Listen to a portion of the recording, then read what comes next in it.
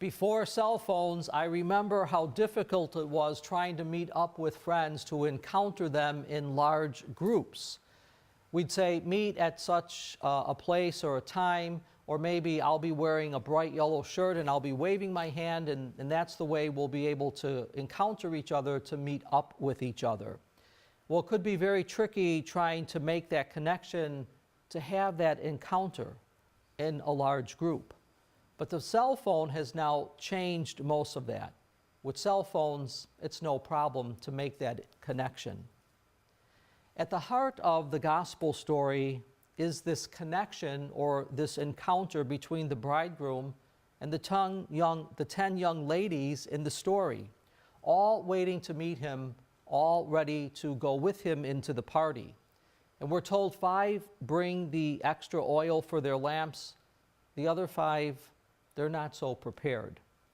And I always would feel sorry for those other 5, because more likely than not, that would be me, unprepared. They go off to find extra oil. And when they do, the bridegroom comes, and they are too late. They're denied entrance into the wedding feast.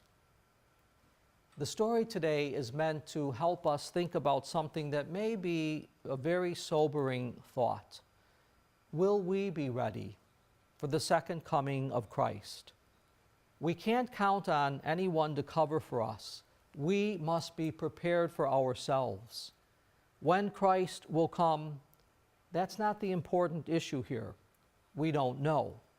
What's important in the meantime is our Christian living. And what helps us to keep our lamps lit, so to speak? Attentiveness to God in our lives. Time in prayer, going to Mass, or making time to watch Mass here at Mercy Home, reaching out to show compassion and care for others.